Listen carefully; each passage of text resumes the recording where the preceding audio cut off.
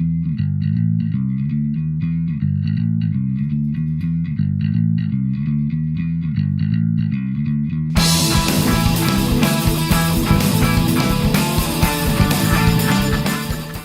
and welcome to Hobby Vlog number 62. In direct contrast to most of my intros, I'm going to tell you that this is going to be a long one. I've come back into this with a bang. 2021 has allowed me some opportunity to get some hobbying done, and funnily enough, being back to work has meant that I've been near my bench and therefore able to do those couple of minutes here and couple of minutes there, which is what makes me so productive. So I will not ramble for long. Enjoy the video, don't forget to subscribe, ding that bell, leave me a comment, I always love to hear from you, and I will see you again at the end. The next step on this is going to be the walls. So I've got this packing material here, which I'm going to use to build some walls. I'm not going to use, obviously, the whole height, because that would be crazy. But however, what I am going to do is I'm going to cut that with the hot wire cutter and then trim probably 5 centimetre high walls at most. I want it to be quite a low wall building with a really high ceiling. That's the image I'm going for. And then I'm going to stick it on. And I am going to do this so the roof doesn't come off, I've decided. So what I will also do is cut a length to go between. So I will get that done now with the hot wire cutter, hot glue it in place, and then bring you back when I come to the next step after that, which will be detailing, which is what's going to be a lot more interesting than just gluing bits of polystyrene together. That's glued nicely and very strongly, and what I've just decided to do is I would like to have a chimney, a relatively tall chimney I think. So what I'm going to do is just cut down one of these pieces with the Proxon that you can see here, and I will shape it in and glue it in later, but just while the Proxon's out, because I'm going to put it away now, I will cut that down. There we are. Nice and simple like that. So I'll be able to then position that here when I do the roof and stick it in place, and it will look really, really cool. So that's good. Right, I'm going to tidy up. I'm going to get my cardboard together and we're going to start to detail the outside of the building now. Okay, first of all, just to say that I'll be using this cardboard here as the base. So I've just sat it on it to make sure it's going to be right, and I'll be clamping that to something hard to make sure that it doesn't warp like I've done before. So that's what that is. Secondly, I'm going to be covering all of this with either a grout mixture or with some filler of some sort to make it more solid. I haven't yet fully decided what I'm going to do on the roof. I'm thinking about maybe shingles, but the first thing that I'm going to do is I'm going to put a doorway and some wooden beams here, and then I will be able to grout and what have you in between, plaster in between. And I'm going to make use of the cardboard. This cardboard specifically here. So my plan, if it works, which hopefully it will, is to do simple things like this. So here we have a tab. You can see that if I cut up this in this way, it's already got a bit of a texture which can be painted as wood. There we are. I want that to be about 4 centimeters high, so 1, 2, 3, 4, so cut it across there. You can see I'm doing this very, very basically. The reason why I'm doing these so basically is I want you to see just how easy it is to do this. You don't need to use special skills. Measuring is good, but it's not always necessary. You don't even need a hot wire cutter. You can cut, and I did do some cuts just with a sharp knife. So just don't feel like you can't make terrain just because you don't have all the special tools or lots and lots and lots of skills.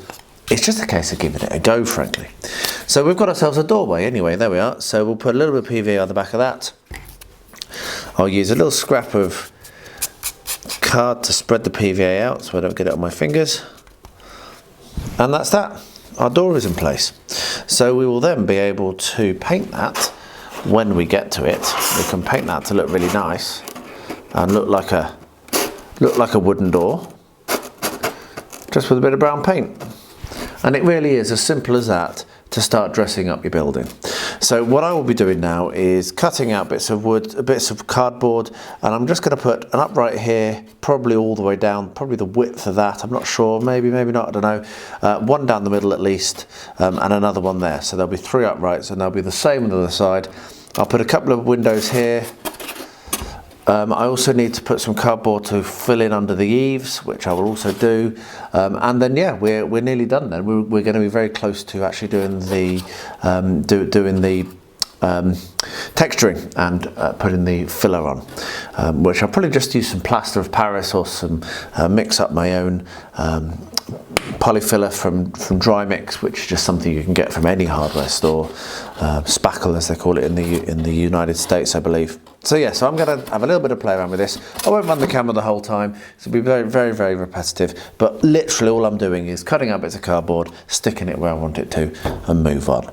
And yeah, so if you're building along, or if this is giving you some inspiration or some encouragement, please let me know in the comments below. It would be nice to hear if this message is really getting through, because it is something that anyone can do. Well, there we are, that's good enough, I'm happy with that. And I thought I'd just quickly film now, just to show that what I've done is I've got a pot of these pins, just normal drawing pins, and I've used them to hold in place the beams that I'm sticking on. This is going to be good because they can look like nail holes, so that you can make a benefit out of that. I've also used some clamps to clamp on the windows that are around the base. A way of getting around having to do this would be use hot glue, obviously, but I'm not a big fan of hot glue, so I've decided to try and do it without, just to see how it works and to demonstrate that. But obviously with hot glue there'll be no warping and no bending going on, and it will just dry on very, very quickly. So if you have this problem and you want to use hot glue, but that's gonna be fine, I think, that with the pins. I'll pull them out when it's dry. I'm gonna leave that all now to go off, come back to it tomorrow probably, or maybe later this evening if I get time, and I will do the rendering and then decide what to do on the roof. I've not yet glued anything underneath, just because I can't get access to it now, but I will do that. I'll bring you along when I do that to show you how I'm going to go about putting some kind of like shuttering underneath the eaves, just using cardboard again really. And then we'll think about the roof as well. So yeah, cracking on with this. I'm enjoying this now. I've just almost smoked myself out by lighting the fire down here in the painting room. I'm not very used to this fire and it didn't go very well, but fortunately it's burning right now. I'm lovely and warm. I'm set for the evening. My first 20 minutes is going to be my 20-minute painting challenge. Here are the pictures that I've downloaded as reference. So I printed them out as reference for the colours, because I absolutely adore. I wish that they'd make some miniatures that look like that. That is just beautiful. When they walk in, when Haldir's elves arrive at Helm's Deep, it's just one of the most iconic moments of the film for me. I absolutely adore it. So I'm going to paint exactly how they look like on the film if I can, which I believe is going to be bronze armour and blue cloaks for the troops, and bronze armour with a red cloak, kind of a it's not just red, it's a purpley red, I believe, almost an aubergine-y reddy thing for Haldir. So I'm going to get that done. 20-minute timer, see how far I get. I finished priming yesterday obviously, so I can start putting colours on now, and then when that's done I will show you what I've achieved, and then I'll probably pop a film on. I have Death Rides a Horse and I'm going to pop that film on and paint some more of my Blood and Plunder. So it's going to be a nice evening of painting for me. 20 minutes is done. On the dot, I've done all of the flesh, basic first colour flesh on all of the miniatures, and one of them I've started blocking out the colour of the armour, which, as I said, I think I'm doing it in copper, in brass, and that's looking really lovely. If that will focus, there we are. So yeah, so I'm very pleased with that. It's not taking the paint all that well, so it took me a little bit longer than I expected. Took about 15 minutes to do all the base colours for the skin, and then the final 5 minutes was getting the first coat of the metallic onto that miniature. So I'm going to stop there. I really am determined to only do 20 minutes per night on these and see how far I can get in the month, but that's pretty cool. What I'm not going to do is get stuck into the miniatures. You can see at the back here, these are my Blood and Plunder ones, which I want to get finished, so I'm going to crack on with those. But yeah, a little bit of progress. Tomorrow I would really hope to get 4 or 5 more of the brass done on the armour at least. So yeah, let's see if that happens. Okay, so it's the next day and everything is stuck down fine apart from this one, which I was careless when I pulled the pins out and it unstuck, but that's fine. I've pinned it back on, glued it again, and that'll be okay. And what we're going to do now is we're going to start working on the actual rendering of the outside of the building. Now I'm going to be using, let me just pull this into shot. I'm using this, which is polycell. It's basically a gap filler, which we use in the UK a lot, and it's what I've got. Now you can use anything you want. You can use plaster of Paris if you want to. You can use a modelling compound, you can use Sculptamold, whatever you have to hand. But the idea here is that we're going to paint this all over all of this model, not the roof. And what I'm going to do is I'm going to mix in a colour, some paint. And I'm going to mix in this paint, which is called Africa, which is a kind of dusty kind of pinky paint, which will give it a nice colour, so I don't have to worry so much about it chipping because it's mixed into the actual plaster, and therefore if it chips it will still be the same colour. This is done in a 2:1 ratio, so 2 parts of the powder to 1 part of water. So what I'll do now is I will quickly measure that out, add some paint and mix it up, and then I'll show you how I'm going to go about applying it. So let me get that done.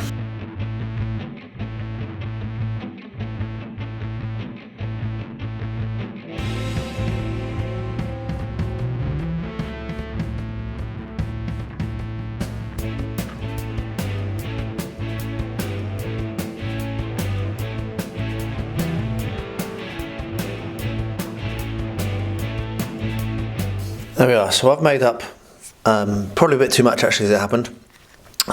Just remember you can always add water, but it's very hard to take water out, and I've ended up using more than half water, so a slightly sloppier consistency than they say on the packet. However, that's because I want it to be a bit easier to actually work with.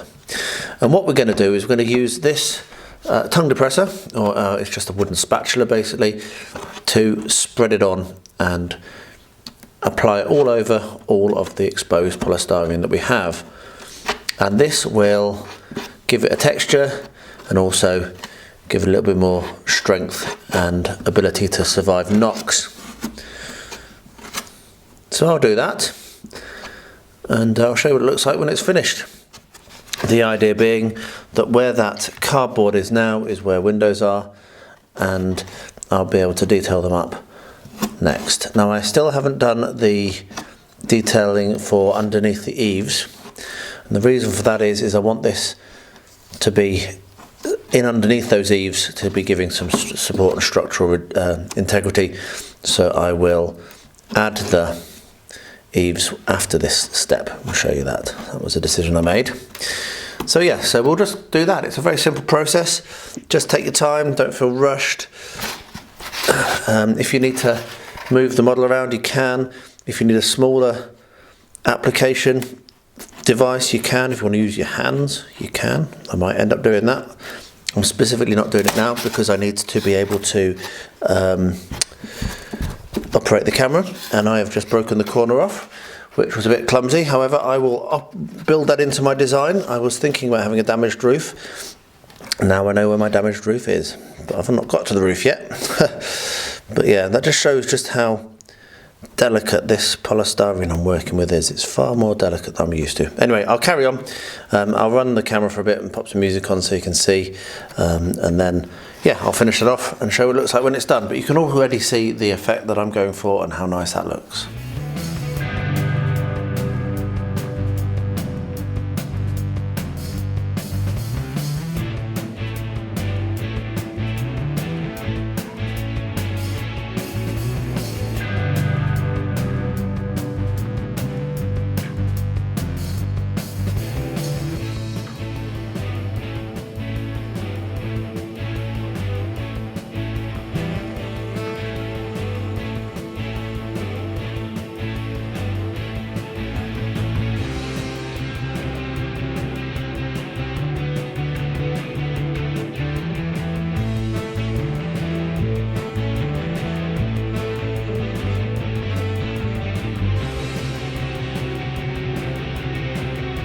So there we are.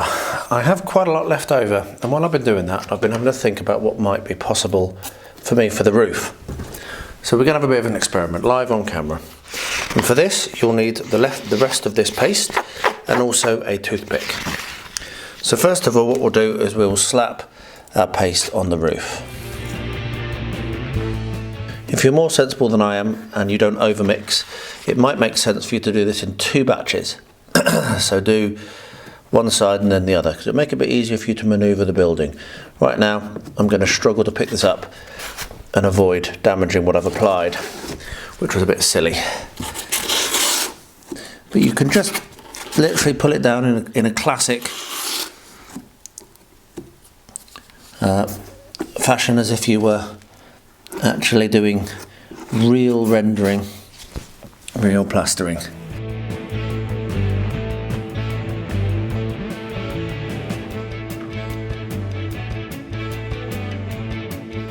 Okay, now I'll grab myself some toothpicks and we will try to do a little bit of sculpting on that. So let's see how well that works.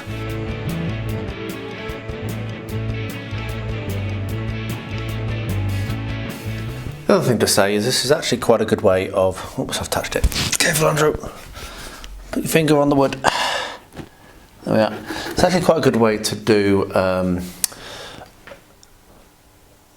to do thatch. So that's not going to work, I don't think. So let me just show you how you could go about doing thatch in this way.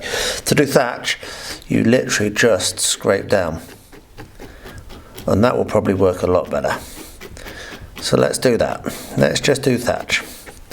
So all you do with thatch is you cover it with whatever you're going to use. I've used filler, I've used all sorts of things, and then just scrape all the way down in short strokes like that with a toothpick, and you get a really nice thatch effect. It's the quickest, easiest, most effective thatch effect I've ever found.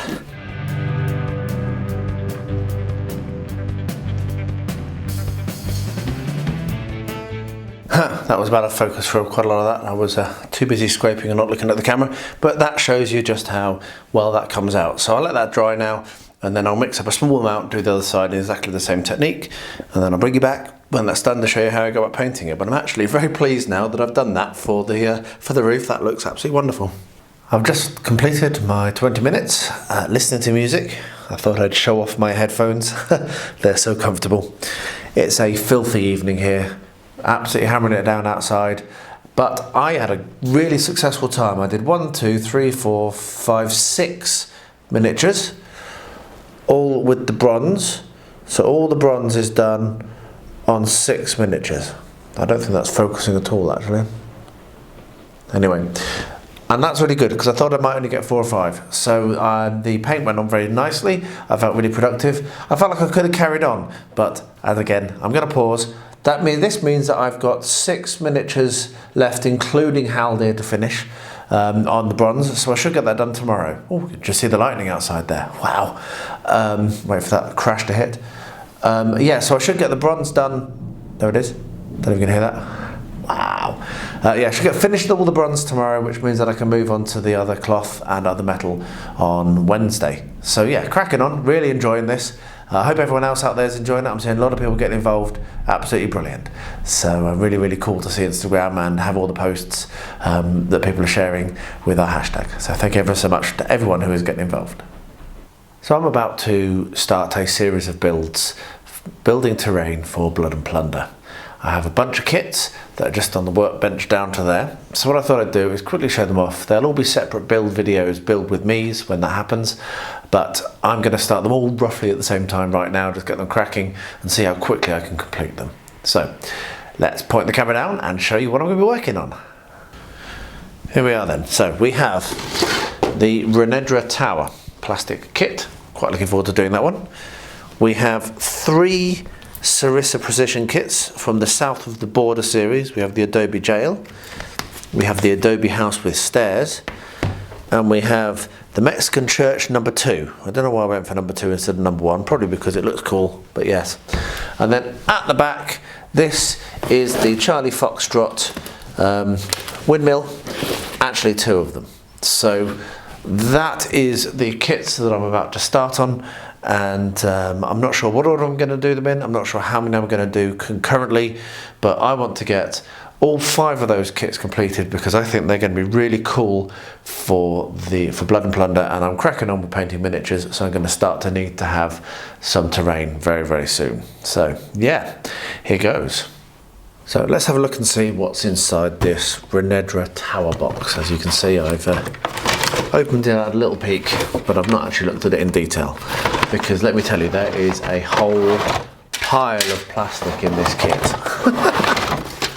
There we are, that is quite a lot of plastic. On the back of the box you have the instructions. So I haven't looked at it in detail yet, but it looks relatively good, well designed and well instructed. Hopefully it is.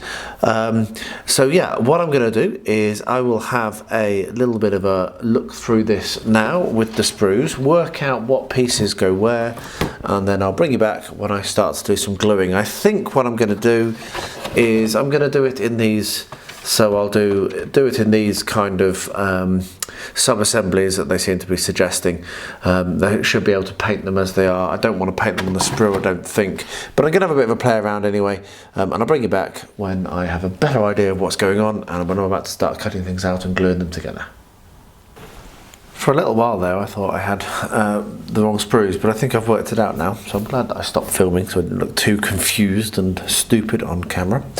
So what you do is you combine all of the plastic together, including the pile that's over here, and you end up, because there's a few options, you end up with everything that you want. Now there does seem to be some kind of doubling up, but that's fine, like I say, because you've got options. So this is the ground floor here. These four here are for the bottom, the lower section. And this section here or this section here, as you can see, they are identical sprues. This actually pops out, and that means that you can put the portcullis. Sorry for the crash. The portcullis in if you wish to, which I think I will. I think it'll look better if it's got a doorway in. I'm not sure that you're going to be able to have it so that the portcullis goes up and down. That's going to be a limitation, but that's fine. And then I don't know if you can hear that thunder. It's absolutely crazy here tonight. And you've got a doorway as well, which I think possibly can go behind or in front of the portcullis. I'm not sure, a bit confused. So the first thing I'm going to do is I'm going to cut out these four sections here and look at gluing at least this together now, and putting the I forgot the name for it, the things that stick out. Nope, word's gone for me, it'll come up to me in a second. Put those on and get this glued together. I will put, as I say, the portcullis on. So buttresses, there it is. So without any further ado, let's get clipping and then let's get gluing.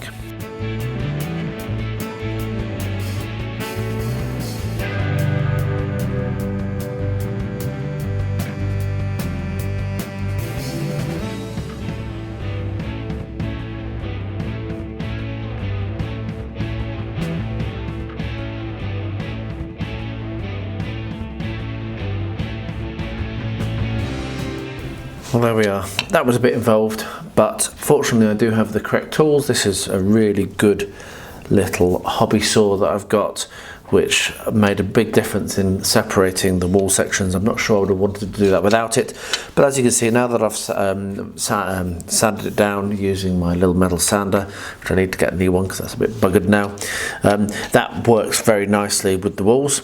And what we're going to be able to do, it's actually really nice, so it actually fits in with some, it's got like little push fit.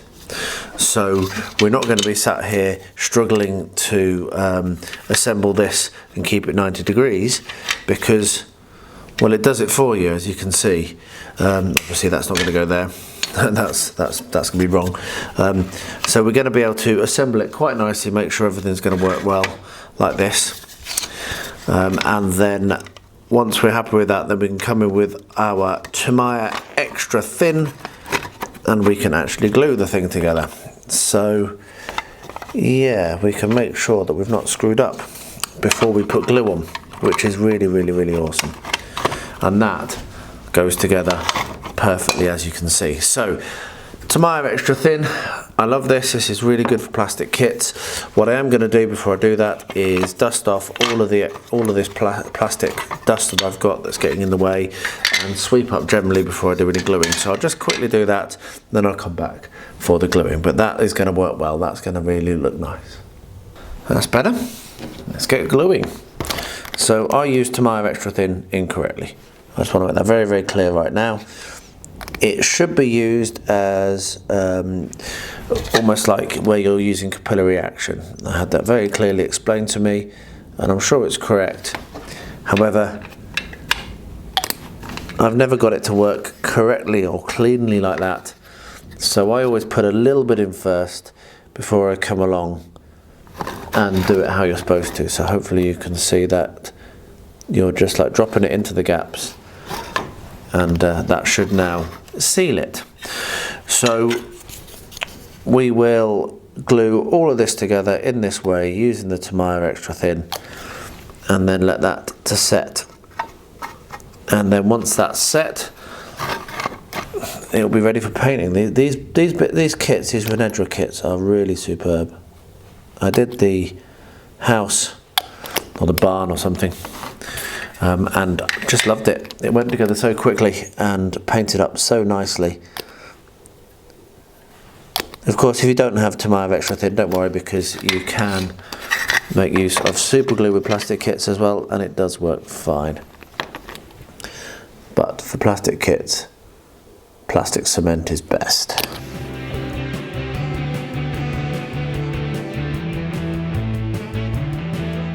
And there we have it, all glued together. I'll let that go off. I may come and put a little bit more plastic glue on it, I'm not sure. But for now, I'm happy with that. That will now be a really solid construction. I'm going to clamp it just around the gap here, because I want this to be secure. This is a weak point, so we're going to clamp that there. But apart from that, everything else I think is going to be fine. I mean, we can clamp things if we want to, but you don't really need to, I don't think. And there goes the power. So that, we've got a power cut. So that is where I'm going to stop. That was an exciting end to the previous clip, wasn't it? The power did come back on eventually, but I was already in bed, so I didn't bother coming back. And I got myself an early-ish night. So what I'm going to do now, and I won't film all of this because it's going to be basically much of a muchness, is we have these to stick on. These are the, I remembered the word before and I've forgotten it again, but they go down on these.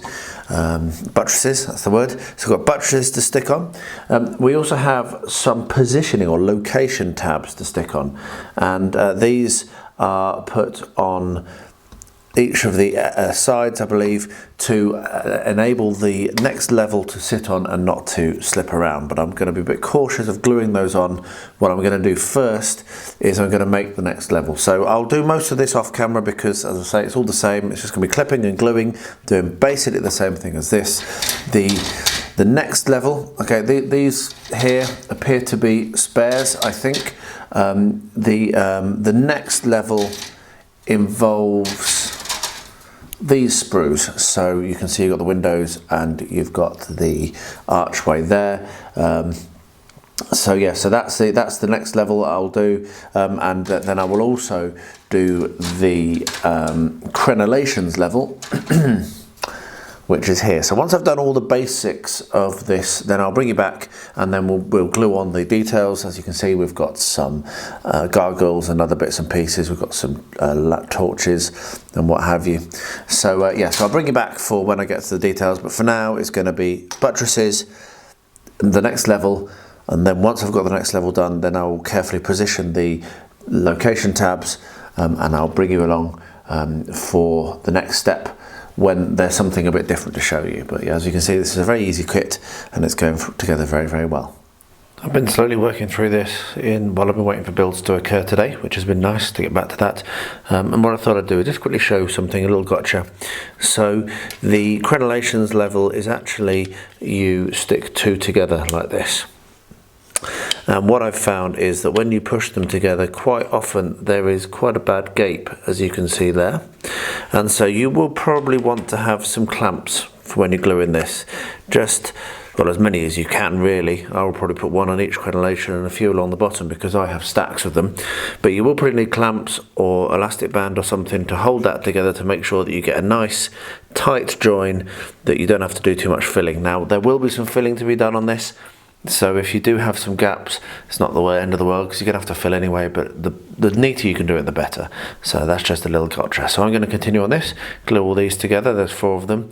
The only other thing I have spotted is that it would be nice if they put 3 of these in, because you definitely do get an additional level which you could use if you had another base. So I might end up creating my own one of these and try to make another level so it can go 3 levels up, which would be quite cool, I think. Anyway, that's an aside.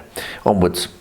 This has been left 24 hours to dry. It's still quite delicate, so just be aware of that. If you are using that polyfiller, it can be a bit delicate. So what I'm going to do is I've got this kind of reddy brown that I like quite a lot. I'm going to use that as my base colour on my thatch. And am I ever glad that I went for the thatch. So yeah, I'll just paint this all over the whole of the thatch on both sides, and when that's dried, then we'll be able to come in with some washes and some dry brushes and vary the tone. But it's just a nice reddy brown. It does a good base for thatches. I'll get that done, and then I'll bring you back when I come to the next step. This is looking nice. So I mentioned that they gape a little bit and you might need to clamp them. I thought I'd just show this. This is what I ended up having to do because it was really refusing to stick. And I'm really hoping that it has now glued, because I've left it a long time. Used the plastic cement, which should be really good at sticking things, and it's been a good few hours now, so hopefully this will work. So let's remove all these clamps and see whether that's joined. Excellent, it has. You can see that there's still some gaps and some filling going to be needed to be done, but that's better than it was. It was gaping really badly. So I will now take the clamps off the other ones, because I have 2 other ones that are also clamped. They weren't quite as bad as that one, but I still needed to clamp them quite strongly. I found that these little spring clamps just weren't actually strong enough, and I needed to do the ratchet clamps onto them to hold those particularly difficult gaping sections, but that one's come out right as well. It seems that it's this one that's the one that does the most of the kind of gaping and most difficult to glue, the one with the long, with the 2 long crenellations. The other ones have gone together quite easily. So I'll get them all assembled, tidy up, put all these clamps away, and then look to glue them together, and I'll bring you along for that because that uses another part. So yeah, that'll be worth showing you. So how this next bit goes together isn't entirely clear, so hopefully I'm not going to screw it up too badly, but basically what you're doing is you're making use of these corner pieces that are on the sprue here. So I'll get these clipped out, and then these somehow go to joining the crenellation sections together. So let's discover this together. So first of all, what I'll do is I'll get my file and I'll file down these little bits of sprue that I've cut them off. What we then do is we get one of the sections with the long end and one of the sections with the short end, and I think they go together like that. You can see, if I zoom that in a bit better, let me just zoom in a bit better. Okay, so I think you can see there that they do marry up. And what then happens, let me just get my instructions, which I don't have to hand.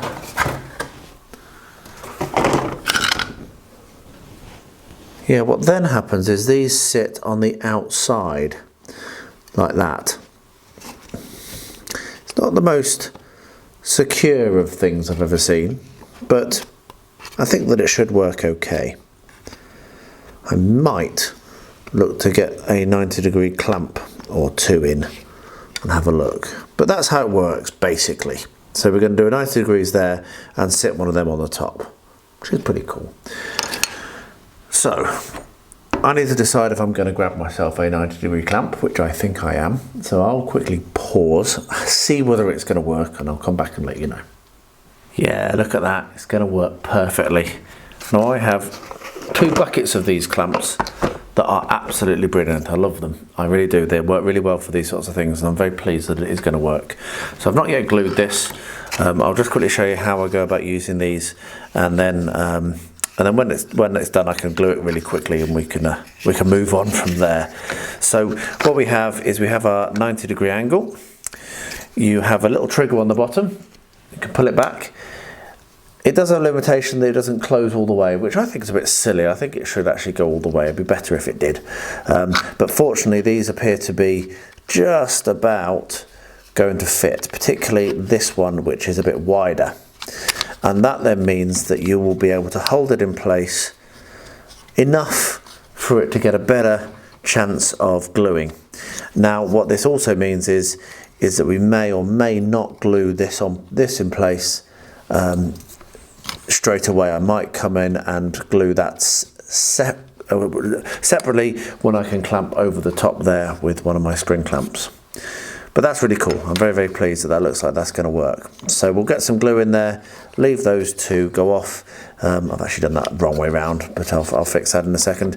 We'll leave those to go off, and then when they're all done, I'll then glue each other 90 degrees together. So I'll do two halves, not making very much sense here. I'll do two halves, and then when they're both dry, I'll be able to much more easily make them into a square. So I'll get that done now and bring you back when I come to the next step. This next step depends very much on what material you use to do the cladding. Now, because I used the filler, which isn't all that solid, what I'm going to do is I'm going to come over and I'm going to paint PVA over the whole of the model, just like this. This will give it a little bit more strength and will mean that I can handle it a little bit with less worry. I possibly should have mixed PVA in with my plaster, and then I wouldn't have had to do this step, but I forgot, so here it is. The step after this one is going to be another bit of cardboard being stuck over the top of the beams, because they're a little bit flush now, and I would rather that they stood out a bit more than they do. When I do that, I will also work on the areas under the eaves with the cardboard, and then it'll be a case of finishing off with the dry brush on the top, and we'll be pretty much done. Unless I decide that I want to paint the walls a bit more.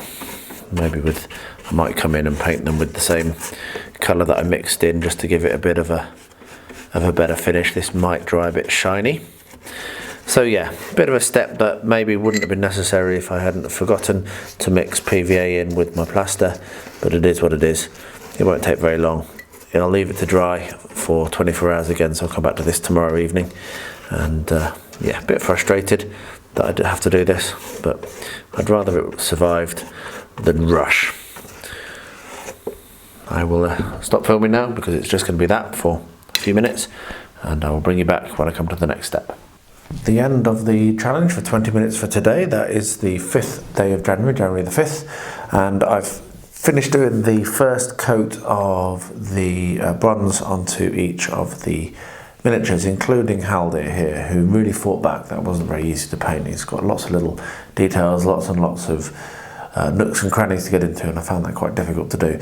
I thought when I went into Haldir, when I started doing Haldir, I was going to be able to start on the next colour, but he took the final 6 minutes on his own, which tells you just how awkward that was. So tomorrow I will either be doing cloaks or silver. I think I'll probably come in and do the silver on all of their chainmail, and then I'll do the cloaks and the cloths after that. But yeah, still cracking on, making good progress and very pleased.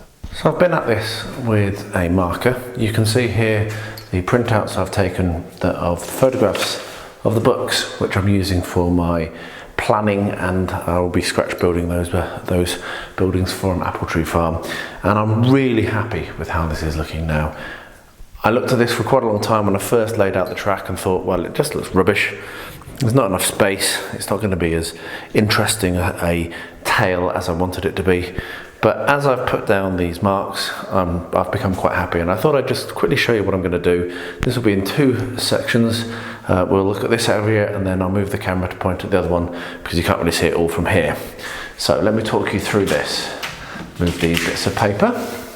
There you go, that's better. So coming across here, we've got the road, and the road comes all the way along and crosses the tracks in 2 places. Now, whether one of those is a bridge or they're both level crossings, I'm not sure, I haven't decided that yet, but that's how that road goes. The road then does its kind of fork, and it disappears up towards the town, which you'll see shortly. This is where Apple Tree Farm is, and in the corner there is the duck pond, and this was a present for Christmas from Angela, which is absolutely wonderful. So that'll be able to go onto this. Beautiful, perfect, thank you very much, love. This field here will have the cows in it. This field here will be the hay field, which will have a small scarecrow, and here we'll have the sheep, which has I can't remember his name, Wooly the sheep. And then there will be just like grass and fields and what have you here. Still working out how I'm going to actually proceed. My current thinking is that I will put some cork down underneath where the track is, and then build up around that with terrain and with my with XPS and what have you, but I'm not totally sure. So anyway, that's this section. What I'll do now is move the camera and we'll have a look at the other half of the board. Unfortunately, all the writing's upside down from this aspect because I drew it from over there, but never mind. So down here we have the station, which is a strong element in the books, and a car park on the other side of the tracks, so I'll probably have a bridge going over, which isn't in the books, but whatever. Then we have the road that we saw curving around from the fork. That comes up here. There's going to be a little triangle here with potentially a war memorial or a cross or something there. A church here, over here, like a shop, a pub. This is the town square with some car parking, another shop, another car park, and the school at the back. And here is the market and the show field. And I will decide whether that's going to be a market or a show going on when I come to it. Now, I think what I'm going to be doing is working on the apple tree farm half first. So like I say, I will stick all the track down, all the track will be there, and it will be able to run a full train round, but I'm going to scenic inwards, so I'm not going to try and finish it all for her birthday, because that'd be crazy, and I really want to do this well. So I think I'm going to start at the other end, but at least now I've got a really good idea, and it has a lot of interest, and I think they will look really nice. So I'm very, very pleased to have done that, and now I can move on with the next steps. Happy that I'm actually going to create a layout that's going to be interesting to use. It will only have the one loop. I might add in a points at the other end, which will potentially lead to a bridge joining over to my other model railway for when that comes. So I might put that in just to give it expansion possibilities so that the two can join together, but I'm not totally sure. I might not. I'll see how I feel about that. For now, I'm going to work out what my next steps are in terms of whether I put another layer on or whether I stick the cork directly to this baseboard, which I think is what I'm going to do. Right, let's have a look at this kit here. This is the South of the Border Adobe Gel kit. First of all, it's time to try to get it out of its plastic. Ah, that MDF smell. So let's have a look at what we've got. We've got cells and everything inside this. So we've got a simple 7-stage description, and we have 3 sprues. Now, my battery's about to die on my camera, so what I'm going to do is change the battery in the camera and pop out the cell dividers, because that's the first thing to glue. So I'll bring you back when I've done that. There we are, that's popped out and it's ready for gluing. They are very, very fine, very delicate indeed, so be very careful if you're doing this kit that you don't break them. So what we'll do is we'll get a little bit of PVA on a brush and just run that down where we're going to do the join. The thing that I'm currently umming and ahhing about already on this kit is whether I shouldn't come along now with a bit of paint and paint these up, because looking at how it's going to develop, which I might end up just dry fitting a few things, but looking at how it's going to develop now, I wonder, oh look at me, I've broken it. There we are. That's what you've got to be very careful of. Right, I'm going to have to repair that immediately. Be very careful when you're putting these in, otherwise you will risk doing that, which is a bit rubbish of me. But I should be able to repair that, which I'll do now. But yeah, if you look at the picture, that's because I was distracted, wasn't thinking then. If you look at the picture, you'll see that you're going to start to get all this kind of like walls and the roof support and what have you going on around it. And I think I'm going to want to paint that. So the first thing I'm going to do is fix the stupid that I just did. I do love making mistakes on my MDF kits, don't I? And showing you. But I knew I had to be careful, and then I just pushed down in the wrong place. Unfortunately, this is going to be repairable, as you can see. but you're just going to need to make sure that if you're doing this kit, you don't do the same stupid thing that I just did. Push on the edges like I did on my first one. Push here if you want to put it in, not right in the centre of the really supremely weak, very thin MDF. There we are. So I'm going to leave that to dry now. And yeah, that'll be fine. Well, you won't be able to notice it, I don't think. So yeah, so that'll repair that. And what I probably will do is I will come along and take that and paint that with some steel coloured paint. So probably just spray paint it silver, to be honest, and then give it a little bit of a spray of red to fake up some of the some rust. So I'll leave that for now and let that dry, and then I will spray it and I'll show what it looks like when that's done, and then we'll come to the next steps, because I really don't think that I'm going to be able to do that when it's assembled. So I'm going to have to stop there. So that was a quicker sit down at the Adobe prison than I expected, but hey, let's have a look at this building here, which is the Adobe house with stairs south of the border. So the instructions for this are not quite as clear as some of the other kits. It says to glue parts E to parts D and F. Now E and F are not on the plan or labelled, which is a bit of an issue. However, I'm sure we'll work it out. So the first thing it says is glue the window frames and shutters to the walls, front and back walls. So what we have here are the window frames and shutters. And what we have here are the front and back walls. You can see that they have windows on them, so that makes it quite obvious. So what we'll do is we'll pop out these, and we'll pop out the shutters, and then we'll glue them together. So let's get that done.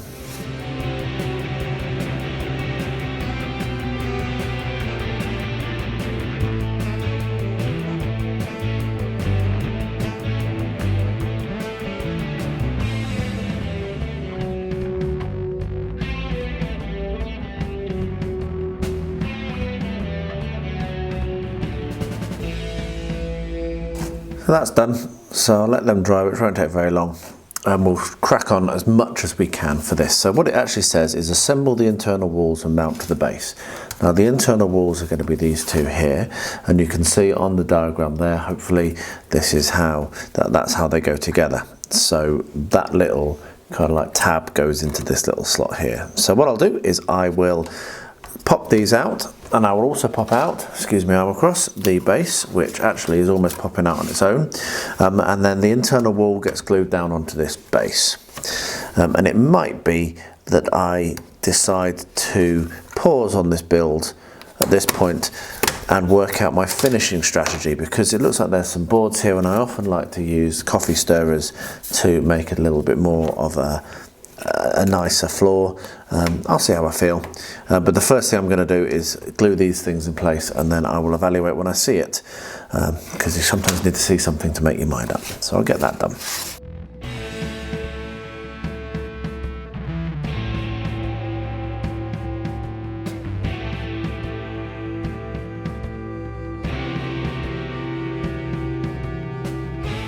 While that dries, I'll pop it to one side. I am going to be able to do one more step before I have to stop and decide whether I'm going to put down any floorboards or not. The next step is slide the main walls on the spigots. It's a great word, spigot, isn't it? On the spigots on this pit. So that means you have these gaps here, it's upside down, you have these gaps here, and you are pushing those onto here. So that's what I'm going to do. So what I'll do is I will pop these out, and I'll pop the other two sections of wall out that's on that sprue and that sprue, and then we will we will assemble that. And I think that'll be a good point to stop on this for now. Let everything go off, let everything dry, and then I may well do my special flooring thing, particularly on the inside. The roof drops in, so I don't have to do that immediately, but certainly I think that inside flooring, if I'm going to do it, I need to do it before I start building walls around it. So yeah, so I'll get this done, and then I'll wrap it up for the evening, I think.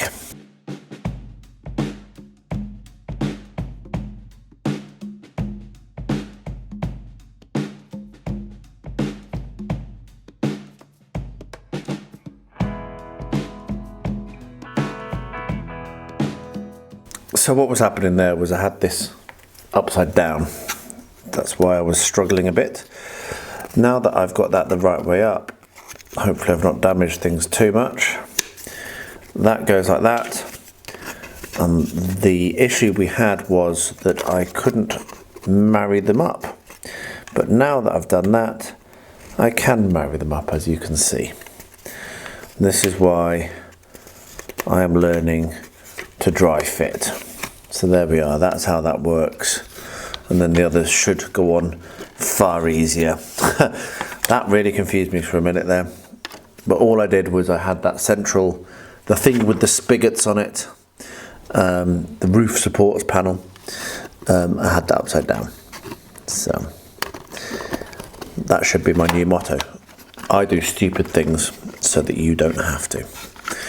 That's going to look okay. Right, so now that I've worked that out, I can come in with my glue and I can glue that in place. And I've realised there is actually one other thing that I can do, and that is I can build the stairs assembly. So I will do that as well. But I'll get this glued and then we will look at the stairs together. But I'll stop filming now because you've seen me assemble it. All I'm going to do now is redo that, but with glue. And I'll come back with the stair assembly. Well, that took more clamps than I expected. It's actually a bit fiddly to get that to hold square. So yeah, I'd prepare your clamps if you're building this along. The other thing to say is that there is quite a clear order that you want to do it.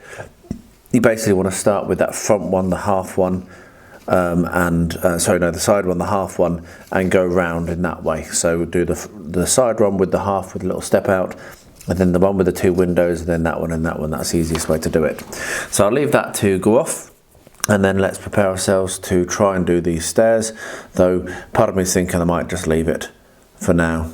Yeah, I'm pretty tired. I think I'm going to leave it for now, and yeah, I'll come back to that tomorrow when I've decided whether I'm going to do some anything for this.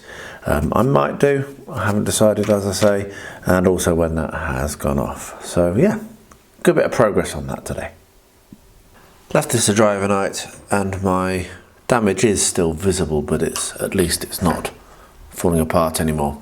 So what I'm going to do now is, because I'm going to paint this, and I'm not going to spray paint it because I really don't like using spray paints if I don't have to, and I have some really nice steel coloured hobby paint, which again I wouldn't normally use for kits, but I think in this case I will.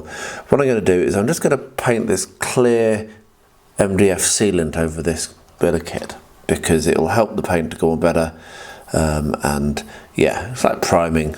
It's a primer for MDF, which I have a couple of tins of, and I like quite a lot. I use it. It sometimes does also seem to help with warping. Not that that's a problem for this, because this will be stuck in place. So yeah, so I'll quickly put this over the whole of the kit and then let it to dry, and then I'll go and paint it with my Vallejo natural steel. So I'm not going to film all of this because actually it's proving a little bit difficult in terms of angles to keep this in shot and access all the bits. And it's also a lot more fiddly than I thought it would be. So this could take a little while. I'm going to do it anyway, and then it can be painted up this evening, because this dries relatively quickly, this stuff. The sealant was dried, so what I'm now going to do is come along, like I said, with my Vallejo natural steel paint, and I'm going to put that over all of that. Now I'm upstairs, I'm not in my painting area, so I just have a standard plastic palette. And what I'll do is I'll probably paint this over a couple of applications, because I need to be able to hold it obviously. So I will hold it very lightly and I will just paint that over. And because I've put on the sealant, that should apply okay. Now it might be that I want to actually prime this as well, and if that's the case, then you're about to learn that with me also. And that's also a nice bit of learning. And if I do, then I will just take it downstairs and I will spray prime it, and then it will be ready maybe to accept this paint. Let's just see. It's not going on all that well. It might be that I need to prime it as well. It'll probably be cheaper because I won't have to put multiple layers of the steel colour on. Yes, I'm going to go and prime that. That really hasn't worked very well. It's a bit hard for you to see in that light, unfortunately. I'll do a better job of lighting the next thing. So I'll go down now and I'll just quickly prime that with some black auto primer, and then when that's gone off, I'll come back and I'll show you again me painting the steel. What I've ended up doing for the other metal, for the actual cages, is spraying them silver, because I had some silver primer downstairs, so I just went for that. So what I'm going to do now is I've got some masking tape and I'm going to mask off these pieces on the sprue so that I can go down and I can spray them as well without completely wrecking the entire model. So I'll get that done, go and spray them as well. I'm not a big fan of using aerosols, but sometimes it works, sometimes it's the best idea. And I think in this case it is. So we'll mask all of this off, go and spray it, and then come back, and when that's done I'll be able to start assembling. So that's pretty good. I want to get these done relatively quickly. They're quite simple kits, they shouldn't take long. So yeah, I'll do that and I'll bring you along and show you what it looks like when it's finished. So that's now dried. I've just sprayed it silver, as you can see, aluminium. So I can now move on with the next parts of the construction, and that involves sticking that to there and then getting this bit here, whatever they call it, roof support to the same side wall, and then sticking another side wall on the other side. And I'll have to stop then, because the bits that go on the front and the back are the ones that I've just sprayed downstairs, but that doesn't take long to dry, so hopefully that won't take me too long. So what I'll do now is I'll get that glued in place. One thing you'll notice is that I have avoided spraying the contact points because you don't want to. So if you are following along, just make sure you don't apply any glue at the contact points. And then what I'll do is I will slot that in place. And another little tip for you, if you're doing something that's this delicate and you're scared of breaking it, and I am because I already have once, is use the flat of your hobby blade just to go in and push it into place, so you're not actually applying any pressure to any of the fine points. So what I'll do now is I will pop this out, glue this in place, and then we will hopefully see that this works. So yeah, I'm gonna do that now, and I'll bring you back if I've made any mistakes or what have you, and let you know, which I think I have. I think I've actually glued this in upside down. Just having a look at that, I think that actually needs to go in like that. Now that makes much more sense. There we are, almost made another boo-boo live on camera. It won't be the last time, it isn't the first. So yes, on this kit you want the spiky bits to be standing up. So we'll do that.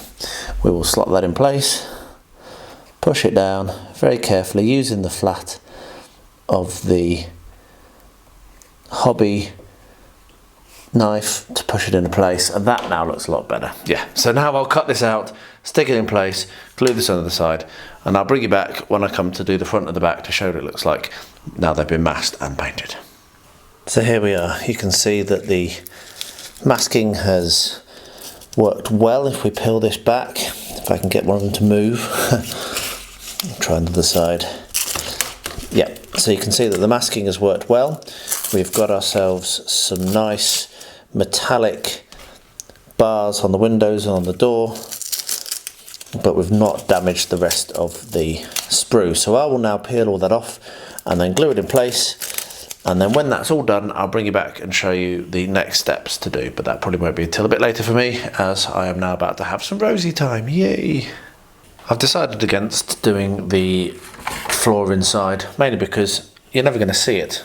The number of times you go into a building is so rare, and it'll probably end up staying closed most of the time anyway.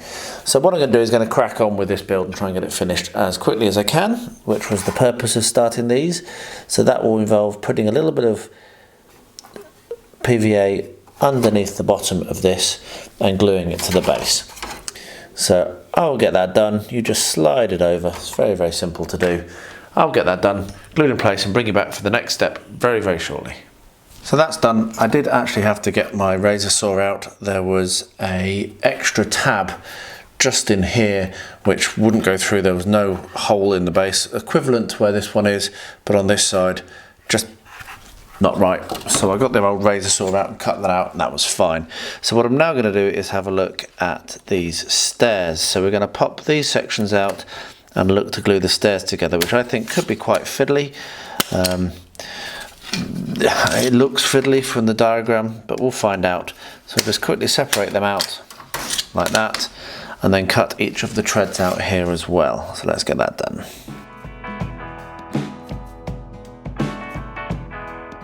Okay, with that done, this is where I think it's going to get quite difficult, because you're going to need to glue each of the steps like so, and you're almost going to need to have a form or something to press it against to keep it square, otherwise it will very, very easily go out of true.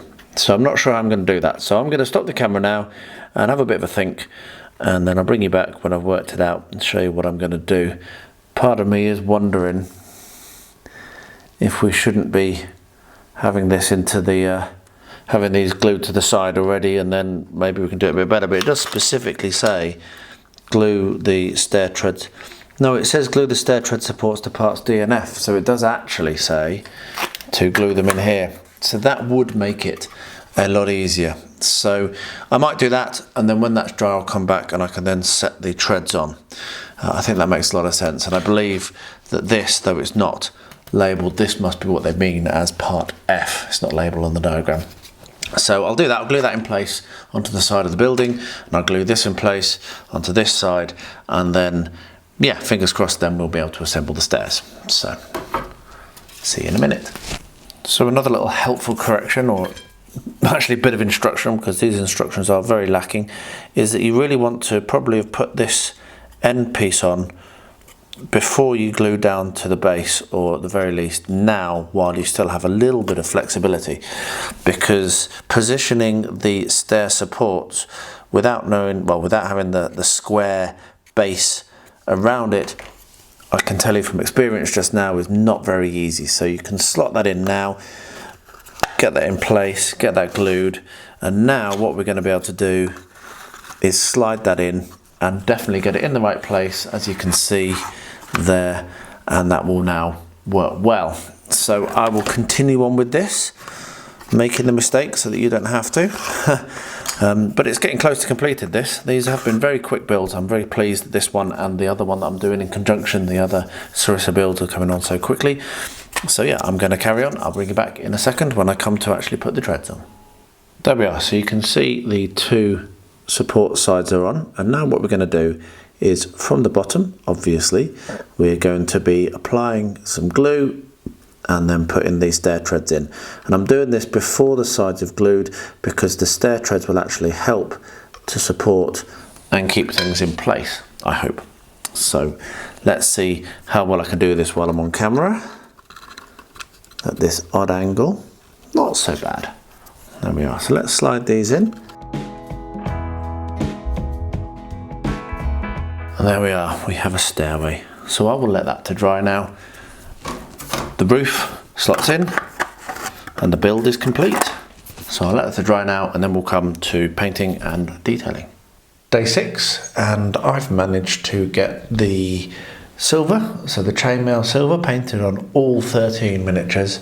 And then over at the back, as you can see, there are some with cloaks done. Let's get that zoomed right in and focused. There we are. So I've started the blue cloaks, which is going to be for all of the warriors. So that was really good. It was about I got all of the silver done in about 10 minutes, and then it took me about 10 minutes, just over actually, about 4 minutes a mini. I think I was about a minute and a half over on the last one, but whatever, to do the blue cloaks. So that means that I should be able to get all the blue cloaks finished by tomorrow or the day after, and then start on with the other detailing. This has been a really, really productive challenge, and I'm really pleased with the progress I'm making, as I keep saying, but I just am. I would not have painted these without this challenge. So thanks, BB, for accepting my challenge, and also everyone who's joining in, keep going. I really hope that this has been just as useful for you also. And so the building is ready and finished. Well, it's made anyway. So I'm going to be texturing and applying filler or grout or some mix of some sort over all of the building. But the first thing I want to do is I'm going to put some of my brick colour paint onto the bricks. Funny that, isn't it? Brick colour paint on the bricks. And I'm doing it now because this means that anything where I go over is going to get covered over by the grout. So I'll paint this on now, like this, over all of the exposed brick areas. And then I'll mask it when it's dry, which means I won't be starting to do the rest of it tonight, because this needs to be totally dry before you can mask it, otherwise you'll peel it off. And then that will mean that I can be relatively confident coming in and painting on my whatever the texturing material I decide to use is. And you can see that that is going to work quite nicely. It's going to give a nice brick colour and will look really well. So I'll get that done and I'll bring you back when I come to the next step, which, as I say, will be putting the texture onto the walls, but that will not be this evening, I don't think. Now what we're going to do on this, now that it's dry, is we're going to glue the eaves on. And I'm going to use hot glue to do this. And what I've done is I've got a section of cardboard, and that will be good because when it paints up it will look a bit like wood. This being a very basic build, obviously, that will be sufficient. So you can see that what I've done is I've cut the cardboard into a shape, and I've cut it so that the lines are coming outwards. If you can see that, let me lift it slightly so the light's on it a bit better. So the lines are coming outwards, and that's because that's how I've got it on my house. The way that they have done all of our eaves and underneath there is with the wood going away from the building. So I will now cut and glue on the other end, and then the thing which I'll do once I've done that, just to show you, that's now dry, is I'm going to put another piece of card that looks exactly the same, in the same shape, over the top of these card sections, and that will mean that they will stand a little bit prouder and they'll look a little bit more like beams. So I'll get that done. I will also use hot glue, and I will bring you back when that's finished for the next painting stage. After a long time waiting, my trucks have finally arrived for the challenge on Tabletop Dungeoneers. Both of them. I ordered two. I ordered this one originally, I believe it was this one originally, and then it was taking so long that I ordered this one from Mike Jolly and the Facebook group MJR, and they both arrived on the same truck, which is quite ironic, which means now I don't have 0 trucks, I have two. I'm going to pick this one.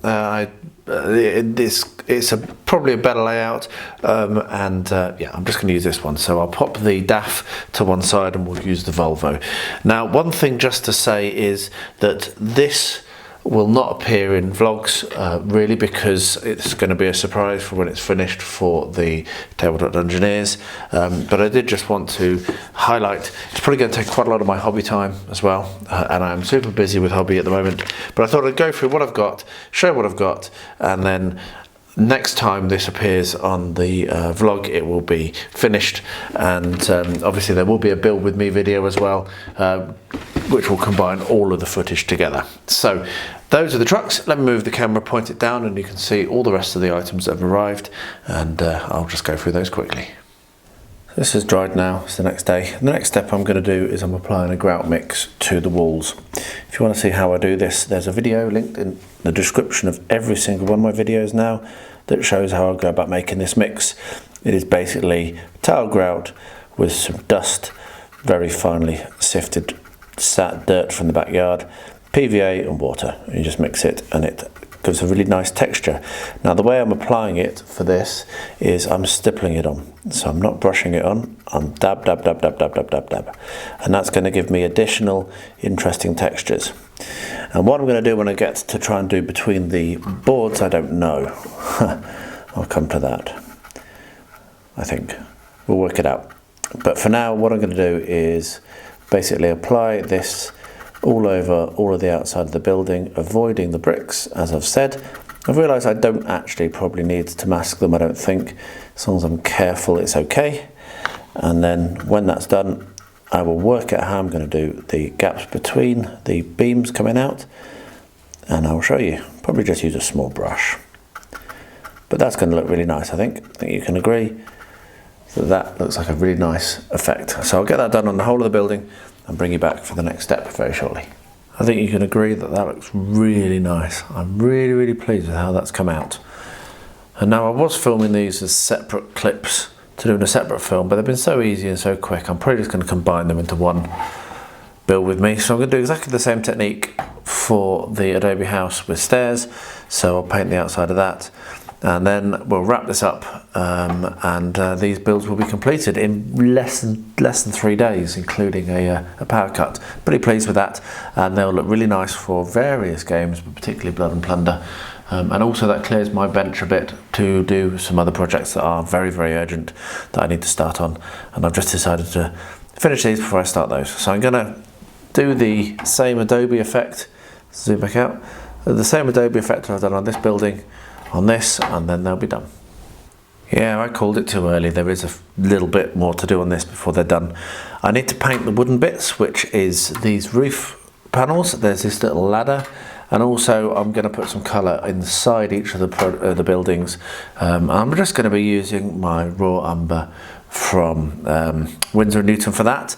And the other thing I need to do on this building, I need to paint the shutters and paint the door. So I need to have a think about what colour I'm going to do that. Haven't decided yet, so I probably won't do that straight away.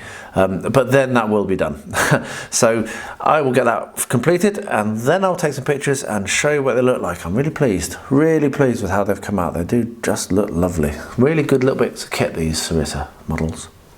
The wood has been done and is looking really nice, and I've decided on the colour for the shutters and the door. I'm going to use this nice turquoise, which I bought way back in Belgium when I first started on this entire journey.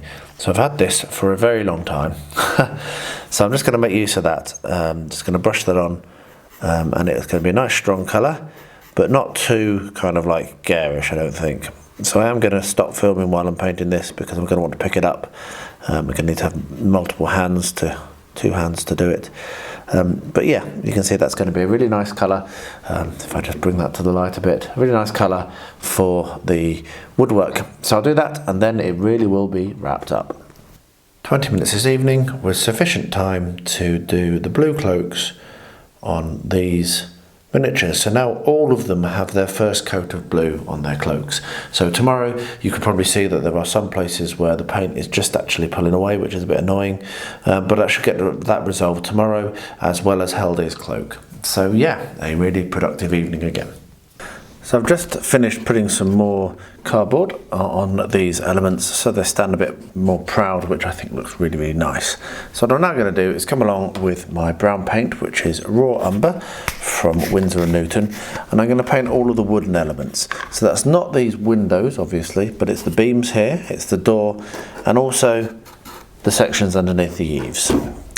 And to do this, I almost always paint out of the lid of the paint box, because it means if I knock something over, it's not going to cause a problem. This is quite thick anyway, so it doesn't matter, but for looser paints, I shake the paint pot and then use the paint lid as a dry palette. So what I do normally is I use very little paint. I try to anyway.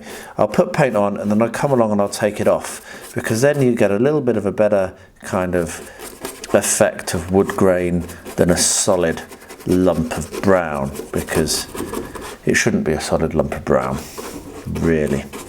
And you can use your brush to kind of draw shapes in, which then just adds interest. So I'll do this on all of the bits that need to have wood, and then when that's done, I'll bring you back and show you how I'm going to do the windows. And then what we're left for is dry brushing the roof and building the base. We're doing really well here. This is looking well. It's basic, but I'm pleased with it. All right, let's have a look at this roof. I'm not going to do too much to it, to be honest. But what I do have is a very dried up yellow paint here, which I probably actually need to just put a little bit of liquid in even. It's probably too dry even for a dry brush. So let me just quickly mix that up. There we are. And what we'll do is we will get ourselves a dry brush and very lightly come along and dry brush over that with this kind of, it's a very dark yellow actually when it's dried. Don't worry too much again about making mistakes like putting too much on in any one place, because what we're just trying to do is add some variety. We're not actually dry brushing as such, as rather like bringing in different colours. And you can actually do this with pretty much any colour you want, because if you look at a actual thatched roof, it's not red or brown, it's green and blue and yellow and orange and purple and all sorts of colours. So you almost can't do it wrong, because you can just say, well, that's what my one looks like. And that's my kind of hobbying. So there we are, simple as that. Quick overbrush with the yellow. And to be honest, that's the look I'm looking for. I'm not looking for a particularly old thatched roof look. I want it to maybe look like it's a year or two old. But this is quite a substantial building, and so for the settlement that it exists in, I'm thinking that maybe they rethatch it relatively often to keep it looking nice. So there we are, that is the roof. What we'll do now is we will look at the windows, and then we will look at the base, which we do need, and I'll show you why when we get to it. But yeah, let's have a look at the windows now. Again, this is a very basic build. It's designed to add interest to your battlefield, not to be photorealistic. So all I'm doing is I'm coming along with the same yellow, using the brush that I used to reanimate the paint, and just applying a bit of a glow. And when you look at that from across a table, that will look like there is a fire going on inside, which is what I want. So what we'll do now is we'll do the rest of the build. So we have a couple of windows under here, which I can get to. And all we're doing, as I say, is giving the impression of a fire going on inside a nice, warm, welcoming building. And then we'll be done. Very simple. Then we'll look at the base. Obviously that's the bit that I'm most interested in. I'm most excited about. Excuse me for the brief interruptions in focus when my hand got in the way of them. There we are. We have our windows done. So now let's put this to one side and start on the base. The next thing to do here is just to make sure that the loop is actually going to work. I still haven't fully decided on the turnout, which I'm going to have a think about now. But initially what I'm going to do is I'm going to clean all the track that I've got laid out, and then attempt to run the Santa's Express train around, which you can see sat just over here waiting to be railed and attempting to run. Now I do know that it at least partially works, because I was able to move the train, just the locomotive went just the length of the power track. So we'll find out whether I need to get new rail joiners and what I'm missing, and we'll go from there. So I'm going to spend a bit of time now doing that and getting this ready and try and run a train round, and if I can get it running then I'll show you, and if I can't then I'll work out what I need and I'll let you know. So it worked. Let's go and see if it does it again with the camera running.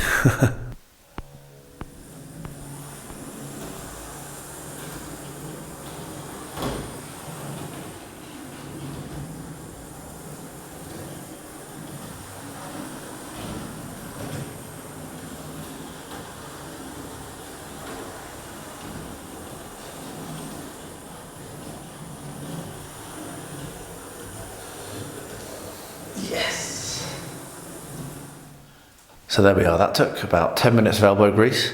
Some of the track was absolutely pigging like black. There's a little bit of a near derailment just over on this corner here, just on this curve to the left. But of course this track isn't nailed down or even secured. So yeah, all I really wanted to do was make sure that the curve was going to look good, and I think it does look good. All of this is second-hand rail, so I've bought it over years. I haven't bought any for years. I bought it many years ago and boxed it all up, and have never cleaned it or touched it. And it does show that you can buy cheap, and this was cheap second-hand rail, and get a good enough result. It did take a bit of elbow grease, but it's pretty good. I'm very, very happy, very pleased indeed. I did a little squeal in real life. I've also decided not to do the turnout. So if my cable is going to be long enough, which it is, so my plan was, my thinking was, the turnout would go here. So the onwards would be the left of this left-hand point, and then the right hand will lead over here, and eventually will go over towards my other layout, which is going to be over here. However, I think I'm going to leave it. I'm going to have a think about it. It will require then obviously the track to be pulled up and replaced, and maybe a little bit of damage to the terrain, but I think that's something I'm willing to risk. I will do this just as it is, without even considering the fact that there might be a turnout there. Maybe I might leave a gap in the terrain, but yeah, I'm going to leave it for now and get just the turnout. We'll just get this working without the turnout, and then I can always replace this one bit of curve here with the turnout when I get to it, and cut down some track and what have you. But yeah, anyway, that's my decision on that. So yeah, so the next thing to do is to get the cork and work out exactly if I've got enough cork, and then glue the cork down where the track is now. Because I'm going to go directly onto this board. I'm not going to put it in, I'm going to just put cork down. I'm going to have it as a completely flat layout because I don't want to have any complexity of grade. Another thing that I need to do is join these two boards together. So put a joining strip here and one over there as well. I've decided against putting anything that is actually going to secure it to these units underneath for two reasons. One, I don't need to, because over there you can see that's how I'm going to be powering it. It's only DC until I want to be able to move it. So if I do that and I'm careful enough, I should be able to make it so that it can be split into two parts. So that's my thinking. Yeah, I'm really pleased. I can't tell you how happy I am that that little train just went round that loop. 20 minutes of progress, and that was really good. So what you can see is first coat of the red has gone onto Haldir, and then all of the other miniatures, all of the other warriors have had their second coat of their blue, and then these two that I've just knocked over clumsily have had their second coat of their bronze. So I'm really pleased with that. That's coming on very nicely. Tomorrow evening I will finish off all the second coats of the bronze, and then probably get on to something else as well, maybe leather. I'm not sure, but yeah, we're really cracking on now. These will be done in a few days. They're coming on nicely. Of course, then I'll need to base them. So, basing. There's a couple of reasons that I'm doing this. First of all, the method I used for making the plaster is not very hard wearing, and so it will chip and it might cause problems. It might also chalk onto any base, onto any kind of like terrain, other terrain, and this will also just make it look nice. So I can actually just extend it a bit and make it into a little bit of a nicer display piece. So the technique I'm going to use, I'm going to put the cardboard on the bottom to make it again more hard wearing, and then I'm going to put this level of soft XPS on, or EPS on top, and then I will stick the actual building on top of that. So the first thing that I'm going to need to do is actually make sure that the EPS is not wider than my bit of cardboard. So I will probably use my hot wire cutter to cut this, but what I'm going to do is mark a line down here and a line down here, and then trim those edges off, or even more sensibly a line down there and trim that edge off, and then that means that this cardboard will be the same dimensions as the foam. Once that's done, I will glue the foam to the cardboard and then clamp the cardboard to this underneath here, this solid bit of wood, and that will stop it from warping, and it works really well. And I've just done a video on this which had a very good reception, so thank you everyone that watched it. But that will mean that I have a really easy, really solid base that I can then put a grout over the top of to make it really hard, or maybe even some toilet paper and glue. I'm doing this really low tech. Next time I come back, most of that will have been done. So this will be clamped to the base and will be glued correctly, and then we'll be starting to do the actual scenicking. So let me get that done, and I'll bring you along when I come to the next step. So this is stuck nicely to the cardboard now, and I've just been sat staring at it, and I've realised that really what I want is this edge here to be a little bit more cambered, and that end there to be more cambered, but this end I want to be, and that side I want to be straight up, because what I might do is put a wall around that end, because the front door is going to be this side, so we'll have a path going that way. Anyway, so what I'm going to do now, just using a sharp knife, which is going to be difficult to show on camera because of trying not to get in the line of the view, but we're just going to come along like that and cut the foam in that way. So I'll do that off camera, as I say, because of the angles are wrong. But yeah, just going to trim down the foam. I should have done this probably before I glued it in place, but you know, that's fine. Let's just do that. Actually, I'm able to do it on camera. Let me get that done, and you can see how that looks.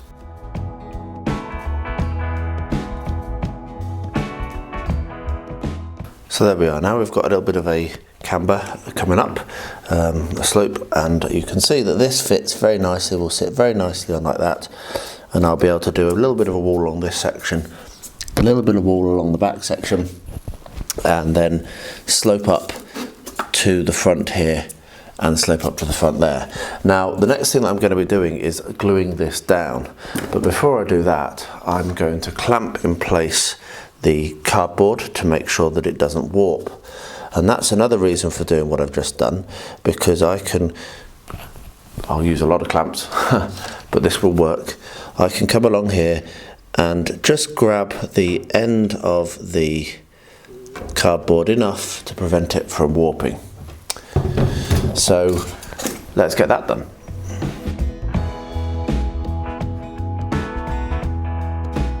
I have one too few clamps immediately to hand to complete the whole task, but that's done.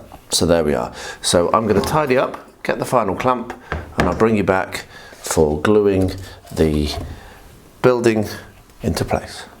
So we're set. So what I'm going to do is I'm going to glue it down using hot glue, which is a material I don't use very often, but in this build I'm using a lot. So, and this is one of the reasons why I don't all that stringiness. So I've got my hot glue gun. We'll just run a bead all the way along, all the way down, and we'll put it in place. So we make sure that we do it the right way around. We want the door at that end, and we want it to be relatively close to the back and not quite so close to this edge. There we are, perfect. So that is now glued in place.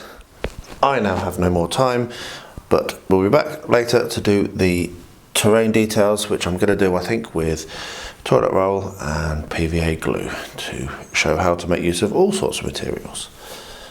Yeah, that's going to look well. I've made a little bit more progress out here on the railway. You can see just underneath this little section of track, I've test laid some cork, and it's gone down very well. And what I've done is I've used the construction glue, which you can see in that tube there, and that has worked very, very well indeed. The other thing I've done, which is what I've spent most of today doing, is I've gone through all of my model railway stuff and organised it a bit better. So you can see in the cupboard underneath, there's a few things piled up there now. There's things in all the cupboards now, and also if we pan gently to the left, you can see that over here we have some plastic drawers and tidies, and this contains a load of rolling stock, which are in the small shelves at the top, and then track and terrain materials and other items that are spread across the other parts of the shelving. And that's much more useful because everything is to hand now for while I'm making this railway, and I don't end up, which is what I had before, with just loads of stuff thrown around all over the floor, which is really cool. So my plan now is, if we pan back, my plan now is to do the rest of the cork. So to lay the cork across the whole of the rest of the track. And I still haven't joined the two sections of the wooden under the board yet. So that's also something I need to do, but I'll be trying to get that done tomorrow. I was going to do it today, but the tidying took over. So anyway, there we are. That's the progress. I will bring you back when I've got something more to show you on this project, but I'm just going to crack on with it basically. It's going to be quite repetitive, so I'll only bring you along when I do something that's a little bit more notable. The end of my 20 minutes for today. So what I've done is I've done the second coat of the bronze on all of the miniatures now, and I've also done a second coat on Haldy's cloak. I had a little bit of time left over, and I didn't want to do the leather or any of the other colours just because it would have been too close to what was wet, and I'll do that tomorrow.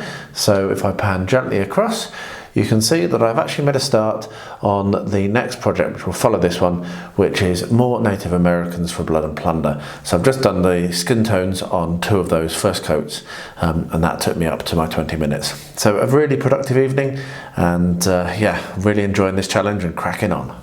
Well, there we are. As I said, a much busier week than last week, and a really enjoyable week with the challenge going so well. I'm having a great time painting those miniatures, and also a project started and finished, which was almost 2 projects. The Sarissa buildings, they're such fun. I really enjoy making them, and I'm thinking about getting some more even to do a full table of that style of terrain. So yeah, and obviously the model railway. Who can forget that? So exciting to get that progressing, and I've got just over a month until I need to have it relatively finished, so I better get my skates on. Anyway, thank you very much for watching. If you got this far, I do appreciate it. It blows my mind that so many people do watch these videos. Pop a comment below, let me know what you think, and yeah, I'll see you in the next video. I'll close off, as I always do, by saying, particularly in these crazy times, please stay healthy, stay safe, and stay well.